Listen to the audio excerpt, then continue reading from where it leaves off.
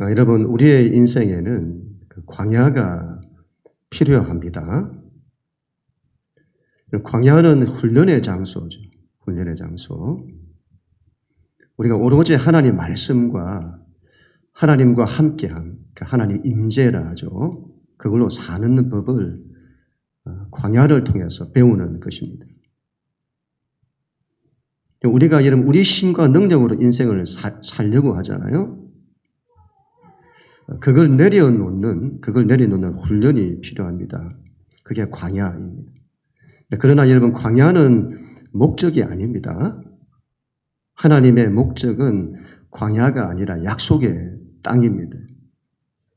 그래서 우리는 광야를 빨리 통과하고 말씀과 성령으로 약속의 땅을 성취하는 그런 신앙이 되어야 합니다. 우리에게는 약함이 많죠. 우리가 하나님을 믿어도 우리 안에 약함이 많습니다. 그래서 우리가 넘어지고 실패합니다. 그런데 그런 우리를 그래도 사랑하시는 우리 하나님이십니다. 우리는 그 하나님의 사랑과 그분의 변함없는 그 은혜 안에서 일어설 힘을 얻습니다. 그러나 우리가 평생에 우리의 약함 때문에 넘어지면서 아파하고 힘들어하고 그런 나를 그래도 사랑하시는 그분의 은혜만을 바라는 그 마음은 이해가 되지만 그렇게 사는 것은 하나님의 뜻이 아닙니다. 예를 들어서 가정에서 여러분 자녀가 넘어져서 힘들어할 때에 그런 자녀에 대한 부모의 안타까움은 말로 다 할 수가 없는 거죠. 부모는 그런 자녀에게 누구보다 마음이 가고 그런 자녀를 누구보다 사랑하고 또 위하는 겁니다. 그러나 부모의 마음은 그 자녀가 평생을 그렇게 살아가는 그건 부모의 마음이 아닌 거죠. 그 자녀가 믿음으로 일어서서는 모든 걸 다 이기고 인생을 성취해내는 부모는 그걸 보기 원하는 거죠. 자녀가 그렇게 일어설 때에 부모는 그 자녀가 그렇게 대견하는 거고 그게 기쁜 것입니다. 하나님도 그러시다. 하나님도 우리가 그렇게 살기를 원하시는 겁니다. 오늘은 이런 평생을 믿음으로 살았던 한 사람에 대해서 나누기를 원합니다. 바로 갈렙이라고 하는 사람입니다. 애굽에서 나왔던 출애굽한 1세대가 전부 실패하죠. 믿음에 실패합니다. 그런데 끝까지 믿음으로 승리했던 한 사람입니다. 성경은 여러분 이 사람에 대해서 이렇게 시작을 합니다. 6절 하나님 말씀 6절 같이 읽습니다. 시작. 그때 유다 자손이 길갈에 있는 여호수아에게 나오고 그니스 사람 여분네의 아들 갈렙이 여호수아에게 말할 때 여호와께서 가데스 바네에서 나와 당신에게 대하여 하나님의 사람 모세에게 이르신지를 당신이 아시는 바라. 아멘. 그때에 이렇게 시작하죠. 그때라고 하잖아요. 그때가 중요합니다. 여러분 가나안 땅을 정복하면서 그 땅을 분배하는 그 때입니다. 아직 가나안 땅이 다 정복되지 않았습니다. 큰 것만 정복이 되고 정복해야 할 지역들이 대부분 다 남아 있었습니다. 그런데 그때에 땅을 분배를 하는 거죠. 아직 차지하지 않았는데 땅을 분배하는 겁니다. 아직 정복되지 않았지만 하나님이 약속하시기 때문에 이미 주신 줄 믿고 분배하는 겁니다. 그때를 말해요. 그때. 땅을 분배하던 그때. 갈렙이라고 하는 이 사람이 나와서는 지도자였던 여호수아에게 뭔가를 요청하는 겁니다. 자기에게 헤브론 땅을 달라는 거예요. 여러분 이건 보통 문제가 아닙니다. 가나안 땅을 분배하는 거잖아요. 분배하는 거다. 어느 지파에는 이 땅을 주고 어느 지파에게는 저 땅을 주고 분배하는 거죠. 여러분 이거 잘못하면 난리가 나는 거예요. 대판 싸울 수 있는 거죠. 대판 싸울 수 있다. 사람들마다 자기들이 원하는 땅이 있을 거잖아요. 아마 서로 좋은 땅을 달라고 요구했을 겁니다. 잘못하면 완전히 혼란이 일어나게 되는 거예요. 우리는 작은 일에도 싸우잖아요. 치킨 먹으면서도 싸우죠. 화장실 갔다 오니까 날개와 다리를 벌써 짚고 먹고 있는 거죠. 그런 것들로 싸우잖아요. 근데 이거는 그와 차원이 다른 땅에 대한 문제인 겁니다. 자손 만대까지 이를 땅인 겁니다. 잘못 분배하면 큰일 나는 겁니다. 그래서 어떻게 하냐 할 때에 제비를 뽑습니다. 제비를. 하나님의 은혜에 맡기고 그리고 자기들이 뽑아서 선택하고 그래서 불만이 없게 하는 거죠. 제비를 뽑아서 나누는 거다. 그 땅 분배의 대원칙인 거예요. 제비 뽑기. 그런데 그런 상황에서 갈렙이라는 사람이 나와서는 그 원칙을 깨뜨리고 자기가 원하는 땅을 달라고 요구를 한 거예요. 이게 여러분 얼마나 위험천만한 일인지 모릅니다. 그런데 여러분 나머지 사람들이 불만이 없어요. 갈렙의 그 요구에. 왜 그렇죠? 우리 이걸 알기 위해서는 헤브론 땅이 어떤 땅이냐가 중요합니다. 갈렙이 요구했던 헤브론 땅이. 헤브론의 원래 이름은 기럇 아르바입니다. 15절. 같이 한번 읽습니다. 시작. 헤브론의 옛 이름은 기럇 아르바라. 아르바는 아낙 사람 가운데에서 가장 큰 사람이었더라. 아멘. 기럇 아르바 했는데 기럇은 성음을 말하는 거고 아르바는 사람 이름입니다. 아르바라는 사람의 성읍이다 이 뜻이죠. 기럇 아르바. 그래서 그 아르바라는 사람이 어떤 사람이냐 할 때에 아낙 사람 가운데 가장 큰 사람이다. 이 아낙 사람은 거인족이에요. 거인족 속. 그 거인족 가운데 가장 컸던 사람이 아르바인데 그 사람의 성이라는 거죠. 기럇 아르바. 그래서 이 갈렙이 요청했던 헤브론은 단순히 좋은 땅이 아니라 매우 위험한 곳입니다. 45년 전에 이스라엘이 가네스 바나에서 정탐꾼을 보냈을 때에 그들이 제일 두려워했던 것이 바로 이 헤브론 땅에 있는 거인족들을 본 거죠. 그래서 민수기 13장 22절에 헤브론에 이르렀으니 헤브론은 애굽 소환보다 7년 전에 세운 곳이라 그곳에 아낙 자손 하기만과 세세와 달메가 있었더라. 이런 거인들이 있었더라 이 말이죠. 그들 앞에서 자신들은 메뚜기와 같더라는 거예요. 그렇게 강력한 거인족 전사들이 살고 있었던 곳입니다. 헤브론이. 또한 이 헤브론은 남부 지역 가운데서 가장 높은 곳입니다. 해발 930m에 위치해 있는 곳이죠. 높은 고지대이죠. 여리고와 비슷한, 여리고는 성이 견고한 거고 하여튼 무너뜨릴 수 없는 이 헤브론 성도 천의 요새 지역입니다. 정복이 어렵다 이 말이에요. 정복이 어렵다.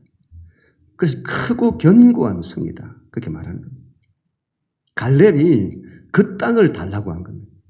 그 땅을. 이 기럇 아르바가 나중에 헤브론으로 이름이 바뀝니다.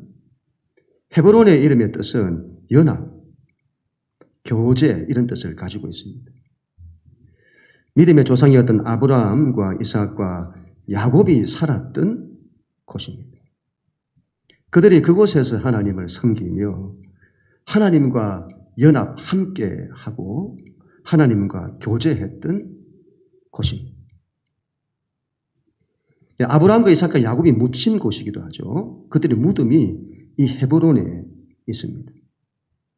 하나님께서 아브라함에게 하늘의 뭇배를 보여주시면서 네 자손이 이렇게 많게 하겠다고 약속하셨던 그곳이 바로 이 헤브론입니다. 아브라함이 천사 3명을 영접을 하고 그들을 대접했던, 그래서 그 천사들이 아브라함에게 소돔과 고모라 땅의 멸망의 소식을 알리고 아브라함이 그 땅을 위해서 중보했던 곳이 바로 이 헤브론입니다. 아브라함이 브엘세바와 함께 평생에 가장 많이 살았던 대부분의 시간을 보냈던 곳이 바로 이 헤브론입니다. 조상들이 하나님과 교제했던 곳, 현실적으로는 가장 힘들고 어려운 땅인데 영적으로 보면 가장 좋은 땅입니다. 하나님과 교제가 일어났던 곳, 영적으로 성지와도 같은 거죠. 참 말씀을 준비하면서 이런 마음이 들었습니다. 아브라함이 가나안 땅에 거주할 때에 그 헤브론 땅에 살았다는 거예요. 다른 것도 아니에요. 그 땅에 거인들이 있는 그 땅에. 어떻게 보면 가장 힘들고 어려운 땅인 겁니다. 그런데 아브라함이 그 땅에서 하나님을 섬기고 하나님과 함께하고 하나님과 교제하고 그 땅에서 하나님의 약속을 품고 그 땅에서 하나님의 꿈과 비전을 품은 겁니다. 거인들이 있는 그 땅에서. 우리는 이런 조금만 삶의 상황이 좋지 못하면 근심하고 염려하죠. 하나님 신앙도 잘 안 되고. 그런데 이 믿음의 사람들은 그런 상황에서 오히려 하나님을 잘 섬겨낸 겁니다. 그리고 믿음으로 그 땅이 앞으로 바뀔 것들을 바라보는 거죠. 갈렙도 여러분 그걸 보았다고 봅니다. 갈렙은 이 두 가지를 다 이해를 했다고 보는데요. 헤브론이 거인들의 본산지, 너무도 어려운 땅이라는 것을 알았습니다. 그러나 그는 그곳이 가장 아름다운 성지가 되기를 원하는 그 믿음을 가진 거죠. 우리 신앙이 그래야 한다고 봅니다. 가장 힘들고 어려운 삶의 자리에서 거인들이 살고 있는 도저히 불가능하게 보이는 그런 상황에서 하나님을 바라보는 것. 기럇 아르바가 헤브론이 되는 걸 꿈꾸는, 바랄 수 없는 중에서 바라고 믿는 겁니다. 믿음의 사람들이 전부 그 신앙을 가졌어요. 바랄 수가 없는 거예요. 그런데도 바라고 믿었다. 도저히 불가능해 보이는 죽음의 상황에서도 생명을 바라보는, 살아나는 것을 바라보는 거죠. 그래서 로마서 4장 17절 18절 같이 읽습니다. 시작. 기록된 바 내가 너를 많은 민족의 조상으로 세웠다 하심과 같으니 그가 믿은 바 하나님은 죽은 자를 살리시며 없는 것을 있는 것으로 부르시는 이시니라. 아브라함이 바랄 수 없는 중에 바라고 믿었습니다. 우리의 믿음은 그래야 한다고 봅니다. 여러분, 바랄 것들이 많은 그곳에서 바라는 이게 진정한 믿음이 아니라 바랄 수 없는 상황이라 이 말이에요. 그런 상황에서도 바라고 믿는 것. 이게 믿음인 거죠. 그리고 하나님은 그런 믿음에 반드시 역사하신다. 하시는 것입니다. 여러분, 나머지 사람들이 불만이 없었던 것은 이 갈렙이 가장 힘들고 어려운 일을 자처한 것입니다. 가장 힘들고 어려운 것을 자신이 자처한 겁니다. 자신을 희생해서 가장 힘든 곳을 선택한 것입니다. 여러분, 이런 갈렙의 결정이 여호수아에게 얼마나 큰 힘이 되었을까요? 우리가 그러할 때에 우리 예수님은 그런 우리를 얼마나 기뻐하실까요? 여러분, 이 여호수아에게 이 갈렙의 이와 같은 결정은 큰 힘이 되었을 거다. 공동체 전체를 결속시키고 공동체 전체가 믿음으로 일어서게 만드는 어떤 어려움, 어떤 대적, 어떤 문제가 있을지라도 믿음으로 싸워 이기겠다고 하는 그런 스피릿, 이런 것들이 갈렙을 통해서 일어나는 거죠. 여러분, 헤브론을 달라는 신앙이 되십시다. 거인이 버티고 있고 여리고와 같은 견고한 성이 있고 답이 보이지 않고 길이 보이지 않는 그때의 믿음으로 일어서는, 그리고 하나님이 살리실 것을 바라보는 그런 믿음. 마침내 하나님께서 그런 우리의 믿음에 역사하셔서 당신의 역사를, 영광을 나타내시는 그런 우리가 되십시다. 공동체도 우리 그렇게 세우십시다. 그럼 우리 모두가 다 될 수 있기를 축복합니다. 갈렙은 여러분 45년 전 그의 나이가 일때의 그 일을 기억하고 말씀합니다. 7절, 8절 같이 읽습니다. 시작. 내 나이 40세에 여호와의 종 모세가 가데스 바네에서 나를 보내어 이 땅을 정탐하게 하였으므로 내가 성실한 마음으로 그에게 보고하였고 나와 함께 올라갔던 내 형제들은 백성의 간담을 높게 하였으나 나는 내 하나님께 충성하였으므로. 아멘. 9절도 같이 9절 시작. 그날에 모세가 맹세하여 이르되 내가 내 하나님 여호와께 충성하였은즉 내 발로 밟는 땅을 영원히 너와 내 자손의 기업이 되리라 하였나이다. 아멘. 45년 전 가데스 바네아 사건입니다. 그때 12명의 정탐꾼을 보냈는데 10명의 정탐꾼들이 갔다 와서는 전부 안 된다고 보고를 한 거예요. 안 된다. 이건 불가능하다. 그 땅에 그인족들이 살고 있더라. 우리는 그들에 비하면 메뚜기와 같더라. 그때 갈렙은 성실한 마음으로 보고를 했다고 합니다. 앞줄 한번 띄워주시면 성실한 마음으로 그게 보고했다 이렇게 말합니다. 성실한 마음으로 번역을 했는데 히브리의 본래 뜻은 그 마음에 있는 그대로를 말했다. 그런 뜻입니다. 그 마음에 있는 것을 그대로 말했다. 갈렙의 마음에 무엇이 있었을까요? 나머지 정탐꾼들이 전부 그 땅을 보고는 그 땅의 환경을 보고 그 땅의 문제를 보고 그리고는 그들 마음 안에 안 된다는 것으로 가득 차 있었던 겁니다. 그런데 여러분 갈렙의 마음은 하나님을 보았고 하나님의 약속을 보았고 그리고 그 믿음으로 그 마음이 가득 차 있었던 거죠. 그래서 하나님이 하시면 능히 정복할 수 있다. 그걸 그 마음에 있는 그대로를 보고한 거죠. 그리고 이 갈렙을 두고 오늘 그는 충성의 사람이다 이렇게 말합니다. 충성의 사람이다. 그날에 모세가 맹세를 했다. 그걸 여호수아 당신이 알지 않습니까? 그때 모세가 나의 충성을 보고 약속했습니다. 이 땅을 주기로. 다음 구절은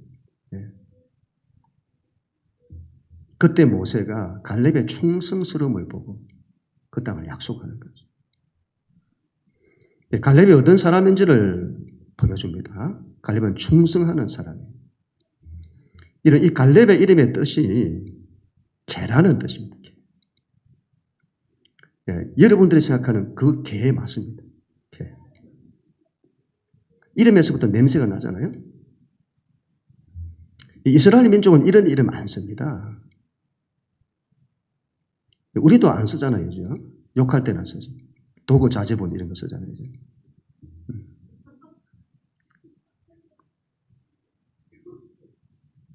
욕으로 쓰죠. 욕으로.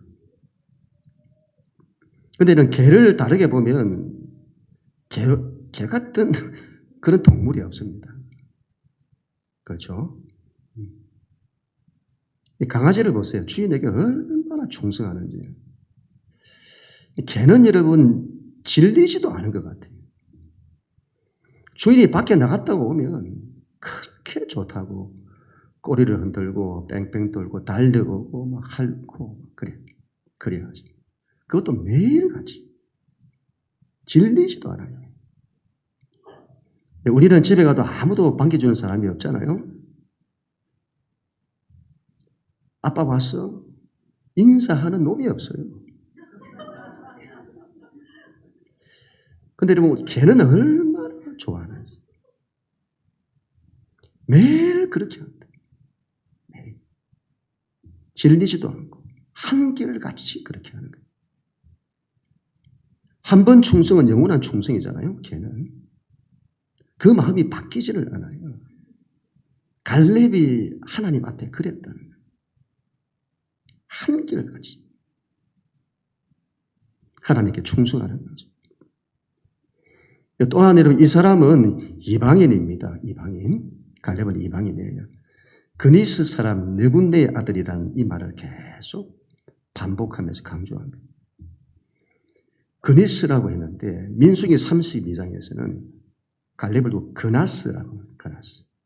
그리고 창세기 36장에 보면 에서의 후손이 등장하는데 그 에서의 손자가 그나스입니다. 그나스. 그래서 이 사람은 에돔 족속이다 이 말이죠. 에돔 족속이다. 이스라엘 족속이 아니에요. 그의 아버지 이름이 굳이 기록이 되고 있잖아요. 여분네의 아들이다. 여분네. 이스라엘의 이름이 아닙니다. 이방인의 이름이지. 출애굽할 때 여러분 이스라엘 민족만 애굽에서 나온 게 아니고 여러 잡족들이 함께 나왔는데 그때 함께 나왔던 사람이고 이후에 유다 지파에 속한 사람으로 그렇게 들어갔던 것으로 보입니다. 이방인인데 유다 지파의 사람이 된 거죠. 이 사람이 나중에 유다 지파의 대표자가 됩니다. 이방인인데 얼마나 믿음이 좋은지를 보여주는 거죠. 하나님은 우리의 외적인 것, 그 가진 것, 혈통 이런 거 보지 않습니다. 그 사람의 신앙을 보시고 그 사람을 쓰시는 거죠. 아무리 천한 사람이었지만 그를 쓰시는 거예요. 하나님께 충성된 사람입니다. 여기서 여러분 충성이라고 번역을 했는데 의역한 것입니다. 실제 히브리어 뜻은 말레 아하르 야훼 이렇게 돼요. 그렇게 되어 있습니다. 말레라고 하는 것은 가득 채우다, 만족시키다는 뜻이고 아하르는 뒤에서 따르다는 뜻이에요. 그래서 이걸 번역하면 야훼, 하나님의 뒤를 가득 채우며 따랐다 이 말이에요. 하나님을 온전히 만족시키며 따랐다. 그래서 똑같은 말인데 뒤에는 이걸 두고 여호와 하나님을 온전히 따랐다고 같은 단어를 이렇게 번역을 한 거예요. 충성이라 번역했는데 여호와 하나님을 온전히 따랐다는 이 말이 되겠습니다. 그래서 이 갈렙이 믿음만 좋은 사람이 아니라 믿음과 함께 하나님의 뒤를 바짝 붙어서 쫓았다 이 말이죠. 우리가 예수님의 뒤를 바짝 붙어서 그분을 쫓는 것과 같은 겁니다. 그렇게 하나님께 충성되었다 이 말이죠. 충성된 사람입니다. 여러분 성경은 예수님에 대해서도 이렇게 말씀하십니다. 히브리서 3장 2절 저가 자기를 세우신 이에게 충성하기를 모세가 하나님의 온 집에 한 것 같으니. 모세도 충성의 사람이고 예수님도 충성하시는 우리 하나님의 아들이신 거예요. 빌립보서 2장 8절에 사람의 모양으로 나타나셨으며 자기를 낮추시고 죽기까지 복종하셨어요. 죽기까지 충성하셨다 이 말이죠. 순종하셨다. 그게 우리 예수님의 모습인 겁니다. 갈렙도 그랬다. 얼마나 충성되었는지. 그런 갈렙에게 헤브론이라고 하는 가장 영광스러운 땅이 주어지게 되는 것입니다. 나중에 이 땅에서 다윗이 왕이 되죠. 충성이죠. 여러분, 우리의 구원은 값없는 은혜로 받습니다. 값없는 은혜로 받는. 우리의 구원에 대해서는 우리가 한 것이 아무것도 없습니다. 그래서 전리품이 없어요. 그러나 하나님께서 우리에게 전리품으로 주시는 것이 있습니다. 바로 우리의 순종과 헌신과 충성에 대한 보상으로 주시는 것입니다. 그래서 우리의 신앙은 하나님의 값없는 은혜를 믿는 그 믿음으로 구원을 받아 천국 가는 신앙이어야 하고 또한 우리 하나님께 순종하고 충성하여 상 주심을 바라며 우리는 살아야 합니다. 언젠가 우리가 하나님 앞에 설 날이 올 것입니다. 그때 주님으로부터 칭찬받고 주님 주시는 상을 받는 이 땅에서의 상 주심보다 그분 앞에 섰을 때 받는 상을 바라고 그렇게 우리는 살아야 될 것입니다. 우리가 하나님 주시는 상을 바라고 살아간다 하지만 실제 우리는 이 땅에서의 상을 전부 바라며 살아가는 거예요. 하나님의 나라에서 나에게 주실 그것들 바라며 살지 않는 거예요.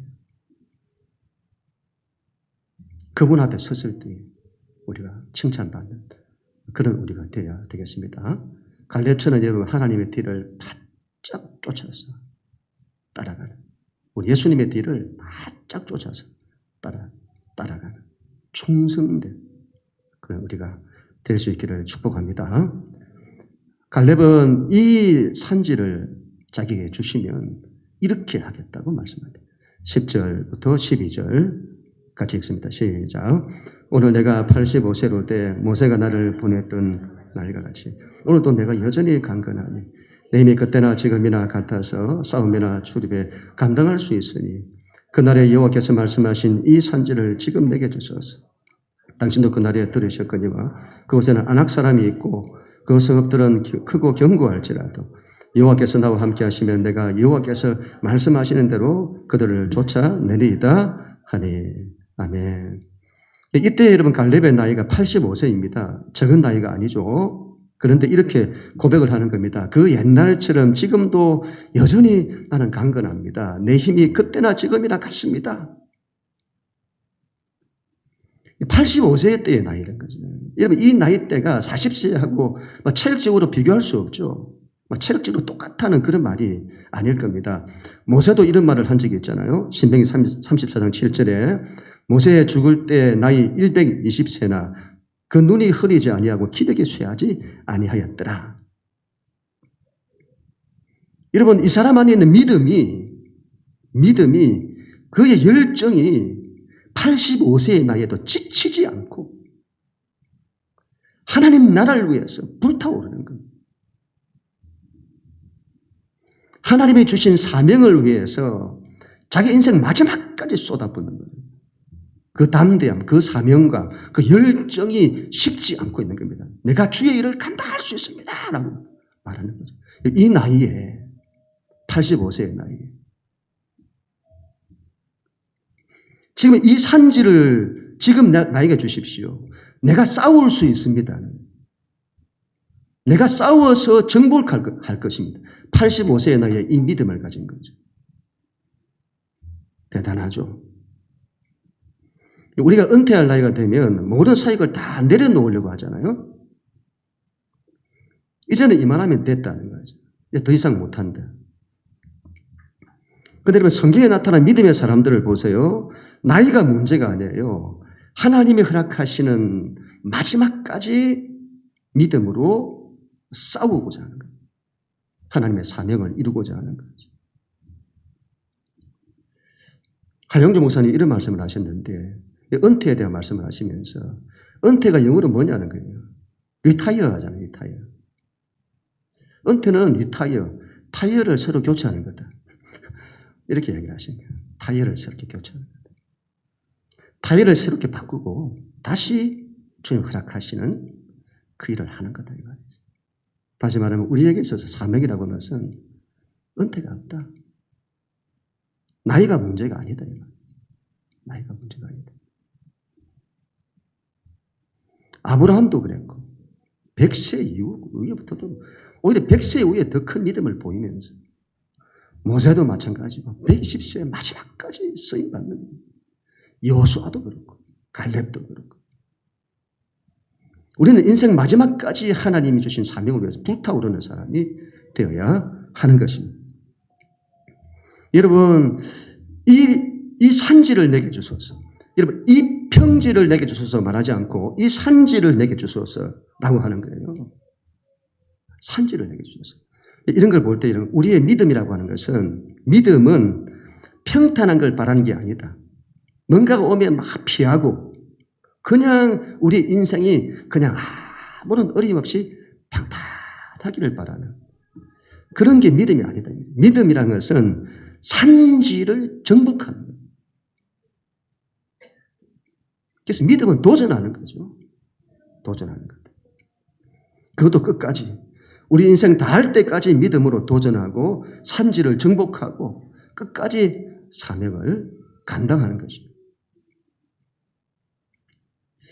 여러분, 우리의 신앙이 하나님과의 관계성 안에만 머물러서는 안 됩니다. 신앙에서 여러분 제일 중요한 것은 하나님이시고 그 하나님과의 관계입니다. 관계다. 가장 중요합니다. 이게 안 되면 나머지가 안 된다 이 말이에요. 그러나 여러분 우리 신앙이 하나님과의 관계에만 머물러서는 안 됩니다. 우리 신앙은 반드시 하나님 주시는 사명으로 나가야 합니다. 요한복음 10장 17에 예수님이 이렇게 말씀하시죠. 내가 온 것은 양으로 생명을 얻게 하고 더 풍성히 얻게 하려는 것이다. 예수님께서 이 사명을 위해 사셨습니다. 예수님께서 실패한 베드로를 찾아가시죠. 그리고 그에게 변함없는 사랑을 보여주십니다. 요한의 아들 시몬아, 내가 다른 사람들보다 나를 더 사랑하니? 네, 주님. 내가 주님을 사랑하는 줄 주님이 아십니다. 그리고 예수님께서는 베드로와의 그 사랑의 관계를 회복하세요. 그러나 거기서 끝나는 것이 아닙니다. 베드로에게 사명을 주시죠. 내 양을 먹이라. 너는? 그렇다면 너는 내 양을 먹이라. 네가 나를 사랑하니? 그러면 너는 내 양을 먹이라. 내 양을 치라. 내 양을 먹이라. 예수님은 베드로에게 사명을 주십니다. 예수님은 베드로가 사명을 감당하기를 원하는 거예요. 주님께서 우리에게 원하시는 것도 바로 이것입니다.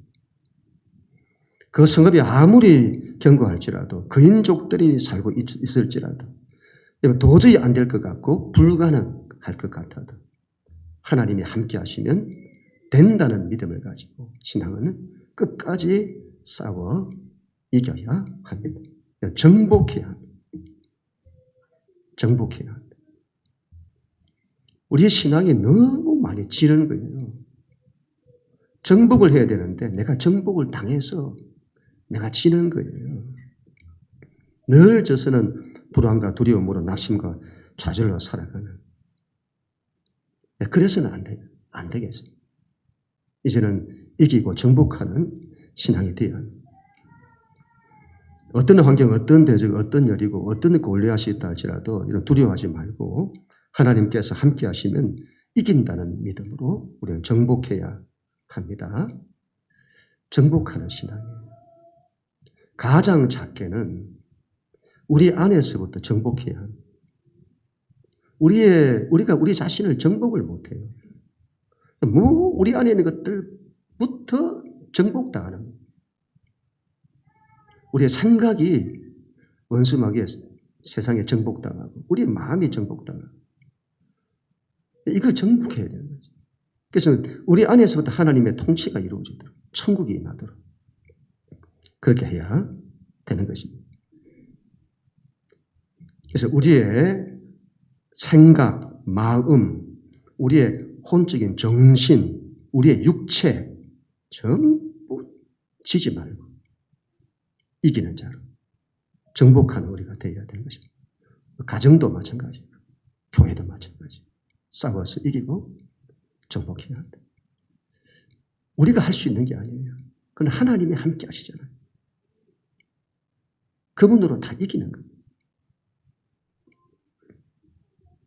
우리 안에 있는 가나안 족속들, 거인족들 전부 몰아내야 합니다. 개인도 가정도 교회도 마찬가지죠. 우리의 삶에서 여러분 우리가 정복하지 못하고 있는 부분이 무엇입니까? 거인처럼 다 버티고 있는 도저히 불가능해 보이는 어떤 것들이 있습니까? 믿음으로 기랏 아르바를 정복하여 헤브론으로 만드는 그런 우리 모두가 다 되십시다. 주님 뒤를 바짝 붙어서 그분께 충성하는 우리가 되십시다. 두려워하지 말고 안 된다고 하지 말고 주님이 하시면 된다는 믿음을 가지고 싸우고 이기고 정복하는 우리가 되십시다. 이제 여러분 새생민 축제가 얼마 남지 않았습니다. 우리에게는 산지와도 같습니다. 못한다 하지 말고 없는 데서 있는 걸 바라보십시다. 죽은 곳에서도 살아날 것들을 바라보는 그 믿음을 가지고 우리 믿음으로 순종하여 감당하는 믿음으로 싸워서 이기고 정복하는 그런 우리가 되십시다. 하나님께서 놀라운 역사를 놀라운 영광을 나타내 보여질 것입니다. 그런 우리 모두가 다 될 수 있기를 주님 이름으로 간절히 축원합니다.